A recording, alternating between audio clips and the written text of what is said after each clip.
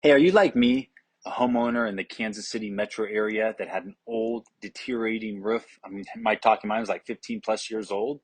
Or maybe you have a roof that has some leaks, some ceiling stains inside the house, perhaps some severe wind and hail damage from recent storms.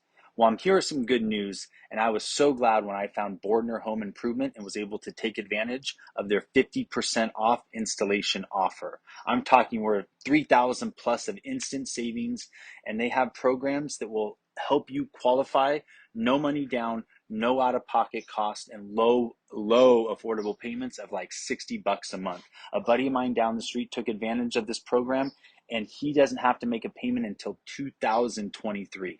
Most of these roof installations take 3 to 5 days. Mine took 4, his took 3, lucky him.